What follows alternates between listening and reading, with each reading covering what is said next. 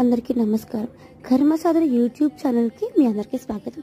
ఈరోజు మనం గోదాదేవి కళ్యాణ వేడుక గురించి తెలుసుకుందాం. కళ్యాణ కథ చాలా బాగుంటుంది.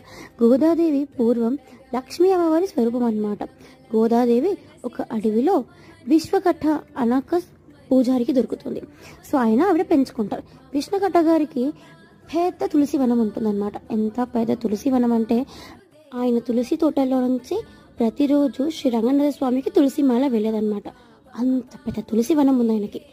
ప్రతిరోజు తులసి వనంలోంచి తులసి మొక్కలను తెంపి అవి దండగా అలంకరించి స్వామివారికి పంపించడంలో గోదాదేవి కూడా విష్ణుకట్ట గారికి ఎంతో సహాయం చేసేది. ఒకరోజు గోదాదేవి ఆ తులసి మాల వేసుకుంటే ఎలా ఉంటుందా అని చెప్పి అమ్మవారు ఆ మాల వేసుకొని తను ఎలా ఉందో అని చూసుకుంటుంది అద్దంలో. ఆ తర్వాత ఆ మాల శ్రీ విష్ణుమూర్తికి వెళ్తుంది అనమాట. ఆ మాలలో అమ్మవారి చిన్న వెంటగా ఉంటుంది. పూజారి గారు